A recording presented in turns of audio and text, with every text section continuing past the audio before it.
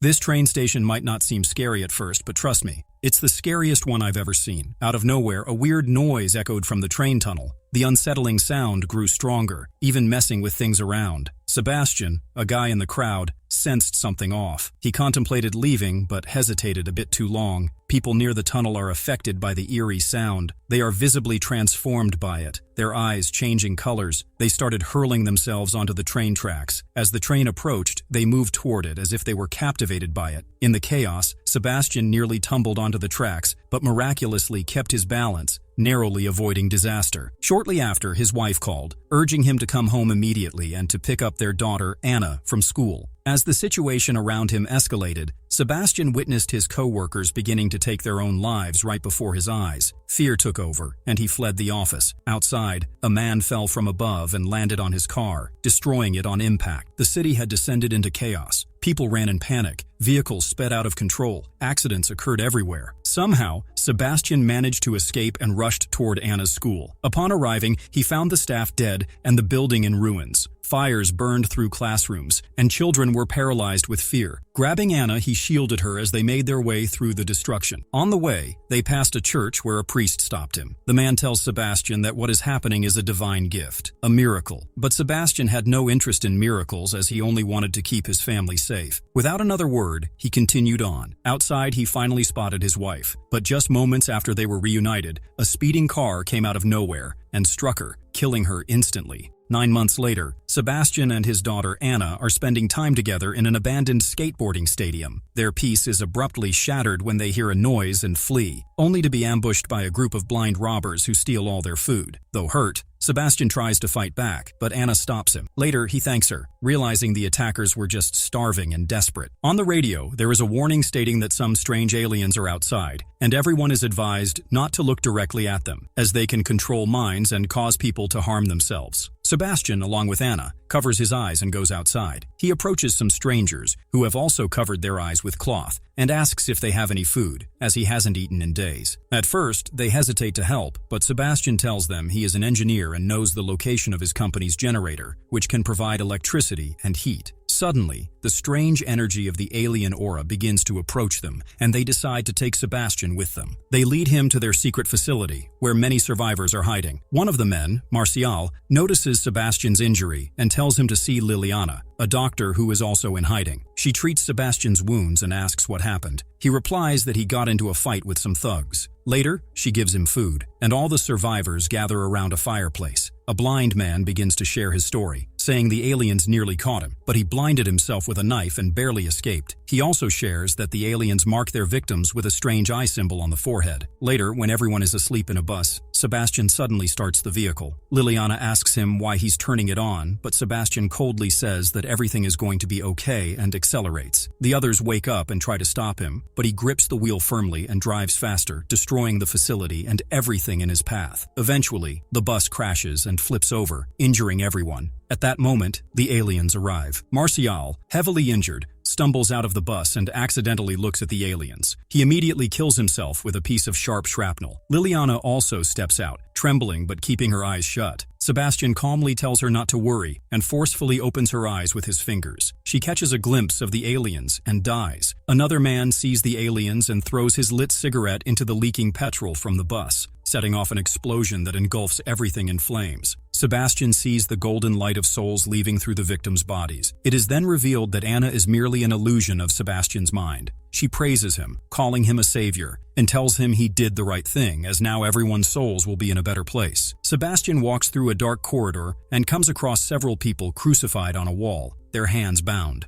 Most are already dead, but one man is barely clinging to life. With his last breath, the man whispers that the creatures tormenting them are monsters from another galaxy and that they will kill everyone. But Sebastian, unmoved, quietly insists they are angels. He gently closes the dying man's eyes and watches in his mind as his soul drifts upward into the sky. Moments later, Sebastian sets off in search of his next victims. He notices a woman entering a pharmacy, her eyes covered with cloth like many others who had learned not to look at the aliens. She hears the sound of his footsteps and stops, asking who he is. She introduces herself as Claire. Sebastian begins to repeat his usual lie, claiming he's starving and hasn't eaten in days, but knows the location of a functioning generator. Soon, Two of Claire's companions, Rafa and Octavio, arrive with their two dogs. Suspicious, they argue against taking in another stranger, but Claire is intrigued by Sebastian's mention of the generator and insists he could be useful. Just then, the alien presence draws near, leaving them no time to argue. They're forced to take Sebastian with them and flee to their hideout, which is a secured nuclear bunker. Inside, Sebastian is introduced to the rest of the group. Among them is Sophia, a young German girl, and an older couple, Isabel and Roberto. Claire gives Sophia a piece of chocolate she had brought from outside, lighting up the little girl's face with joy. Rafa and Octavio pull Sebastian aside, pressing him for more information about the generator. In Sebastian's mind, Anna warns him not to reveal the truth and urges him to lie and get them outside as soon as possible. He follows her advice and admits he made up the story about the generator. Infuriated, Rafa and Octavio prepare to throw him out of the bunker. But just as they're about to remove him, Sophia intervenes, speaking in German. None of the others understand her, but Sebastian translates, claiming she said not to throw him out. This surprises the group as, until now, no one had understood Sophia or even known where she had come from. Grateful and curious, the group decides not to exile Sebastian and instead assigns him the task of finding out more about Sophia's origins. Sophia then begins to share her story, with Sebastian translating for the others. She explains that she was with her mother, going up a ramp, when they suddenly heard shouting. People began to panic, pushing and shoving. Fear took over. She saw many people taking their own lives by jumping into the river. Somehow, she and her mother managed to escape and hide inside a van. While in the van, they heard a radio broadcast mentioning a safe place in the mountains. Hearing this, the group asks Sophia where the place is. She doesn't know exactly, so she picks up a piece of chalk and starts drawing it. On the wall, she sketches a castle perched on top of a mountain. Claire suggests it might be Montjuic Castle. Sophia continues her story, saying that she and her mother blindfolded themselves and left the van, but during their escape, she fell and got separated from her mother. She never saw her again. Overcome with emotion, Sophia begins to cry, and Claire gently consoles her, explaining to the others that she found Sophia there and took her in. The group begins to debate whether they should head toward the castle. Sebastian argues that it's worth trying and that other survivors, and possibly Sophia's mother, might be there. He adds that they won't be able to survive much longer in the bunker. Roberto disagrees, warning that it would be a dying mission. However, as everyone casts their vote, the majority are in favor of going. Roberto, though hesitant, eventually agrees. That night, Sebastian once again sees the shadowy presence of Anna, who begins to influence him with her words. Under her sway, he quietly cuts part of the ropes tied to the dogs, intending for them to break free when chaos erupts the next day as the aliens arrive, creating a distraction. And just as he had planned, morning brings turmoil. The aliens arrive and the dogs' ropes snap, causing confusion. The moment the aliens appear, everyone starts reliving their most terrifying memories. Claire is haunted by the death of her brother. Sophia hears her mother's voice,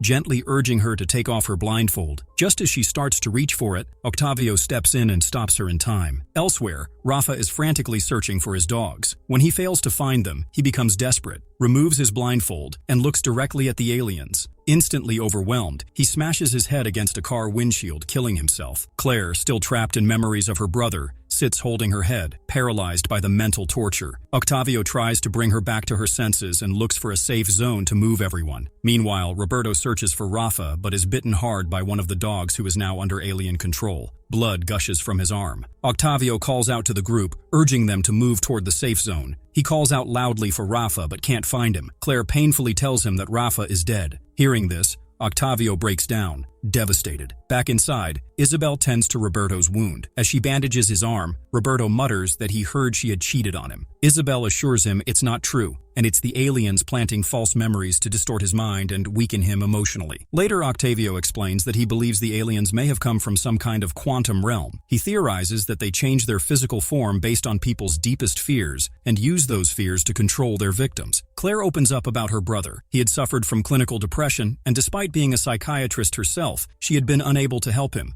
The guilt still lingers. She turns to Sebastian and asks what he had heard in his mind during the alien attack, but he cuts her off abruptly, asking instead where Sophia is. Claire starts to go after Sophia, but Sebastian gently tells her to rest and says he'll check on the girl. He finds Sophia sitting alone, quietly sobbing. He kneels beside her and offers her a locket, which is the one he had once given to Anna on her birthday. The scene then shifts to a memory from 7 months earlier, on Anna's birthday. Sebastian kisses her and promises that they'll celebrate soon. Back in the present, Anna's voice echoes in Sebastian's mind, questioning why he gave her pendant to Sophia. As he stands there, Claire walks in and, noticing something off, asks who Anna really is. Is she his wife or daughter since Sophia's pendant had Anna's name engraved on it? She presses further, asking if it was Anna's voice he heard when the aliens arrived. Claire, revealing that she is a psychiatrist, gently offers to help him, assuring him she doesn't want anything in return. She tries to explain that what he's experiencing is a form of manipulation by the aliens and that he needs to confront it. She shares her own experience that how she too had heard the voice of her deceased brother, but she realized it wasn't real. Behind Claire, Anna's illusion tries to sway Sebastian again, urging him not to believe Claire. Sebastian is visibly conflicted, nearly beginning to accept Claire's reasoning when suddenly, a loud scream from Roberto cuts through the moment. His infection has worsened, spreading rapidly. Claire quickly says they need antibiotics. She, Sebastian, and Octavio blindfold themselves and head out to search. Claire heads into a bathroom filled with medicine cabinets, while Sebastian and Octavio check another room. Octavio finds no medicine but discovers some food. He calls out to Sebastian, asking if everything's okay. Meanwhile, Anna is once again whispering in Sebastian's mind. Distracted, Sebastian replies that all the windows are closed and it's safe to return. However, when Octavio enters the room, he notices a window wide open. Removing his blindfold for a brief moment, he sees the aliens and immediately falls under their control. In a frenzy, he grabs a knife and repeatedly stabs himself in the abdomen until he dies. Sebastian watches in horror, shaken to his core. Unlike the others, he doesn't see Octavio's soul rise from his body. He feels deep regret, and Claire rushes in, drawn by the commotion, and quickly tells Sebastian they need to leave. Anna's voice continues to call to him, urging him to remove Claire's blindfold, but Claire pulls him away before he can act. Back, they rejoin Isabel and Roberto. Isabel asks where Octavio is, and Claire sobbily responds that he didn't make it. She hands the antibiotics to Isabel for Roberto's treatment. Isabel then asks why Sebastian is sitting apart from everyone. Claire explains that he's deeply shaken and believes Octavio died because he might have left the window open. It's clear Sebastian is haunted by guilt.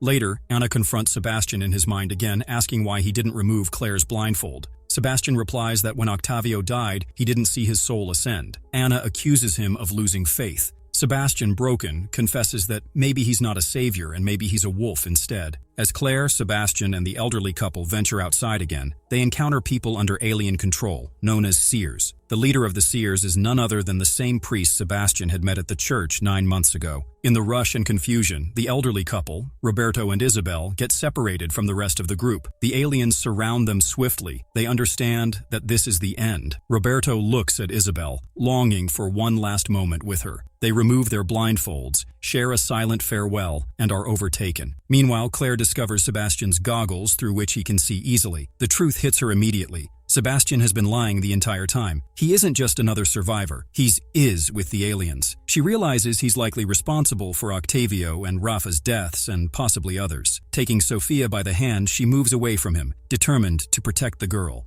Sebastian, on the other hand, continues to hear Anna's voice inside his head. She manipulates him constantly, whispering that only 2 more need to die for their reunion to be complete. Claire leads Sophia to the ceiling of the bunker. She tells her to keep the blindfold on no matter what happens, but Sebastian follows them. Claire, trying to keep her distance, missteps due to her covered eyes, falls from the ceiling and tumbles down the stairs, becoming unconscious. Now Sophia stands alone in front of Sebastian. Anna's voice urges him to remove the girl's blindfold. He reaches out, nearly giving in, but emotion overwhelms him. He can't do it. He doesn't want to hurt Sophia. Instead, he embraces her. Something inside him shifts. For the first time in a long while, he begins to feel human again. A flashback unfolds. 7 months earlier, on Anna's birthday, Sebastian is celebrating with his daughter. The joy doesn't last. The priest invades their home. He takes Anna and Sebastian to the ceiling. There, he smears ink in the shape of an eye onto Anna's forehead and forces her to open her eyes. She falls under the influence of the aliens and throws herself off the edge. Sebastian is shattered. He looks at the priest in rage, but then makes eye contact with the aliens. That's all it takes. They take control of his mind. Anna's spectral form appears beside him, holding his hand, telling him they will be reunited. Back in the present, Sebastian returns to Claire and Sophia. He tries to explain, to express his remorse. Claire doesn't trust him and keeps her distance, but Sebastian insists he was deceived. He truly believed he was chosen, but now sees it was all a lie. He only wants to help them survive.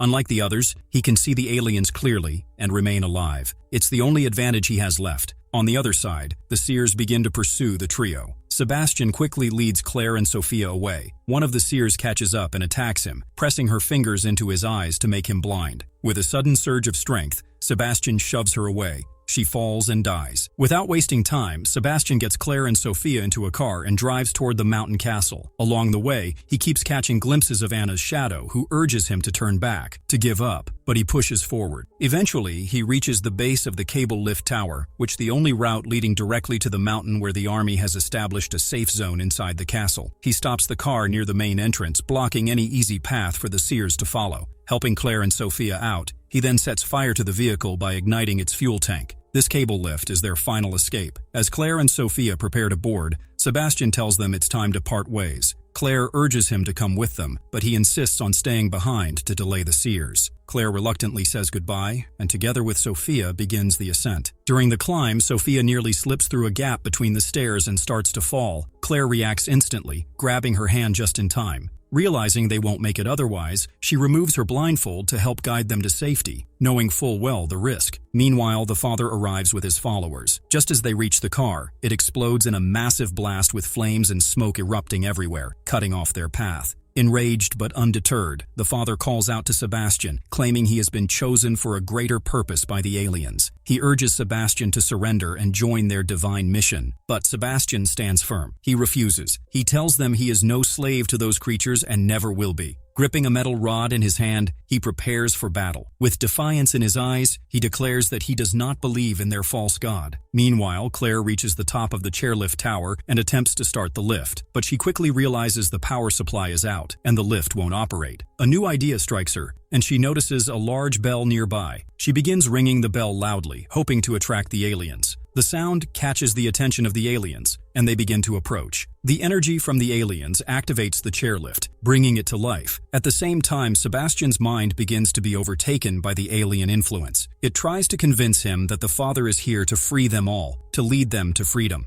As he watches the flames from the car, he sees the image of Anna standing in the fire, fully consumed by the flames. The vision almost breaks his resolve, but he fights to regain control. The aliens close in on Claire and Sophia, attempting to take over their minds. Claire starts hearing the voice of her deceased brother again. Meanwhile, Sebastian struggles with the haunting image of Anna engulfed in flames, but forces himself to focus. He tells himself that this cannot be Anna, as she's already gone. With renewed determination, he strikes the rod hard across the father's stomach. As Sophia nears the edge, on the verge of falling from the tower, Claire manages to catch her just in time. Claire then focuses on the chairlift, timing the opening and closing of its door. She realizes it takes exactly 4 seconds for it to cycle. With that knowledge, she plans to jump just before the lift doors close. Meanwhile, the father attacks Sebastian, inflicting severe wounds. Blood begins to pour from Sebastian's body, but he refuses to give in. The father mocks him, declaring that he will not survive, but Sebastian retorts that he may not make it, but Claire and Sophia will. He will sacrifice himself to ensure their survival, doing it all for his lost daughter. As Claire's mind is assaulted by the alien influence, she fights to maintain control. She counts the seconds in her head, and when the time is right,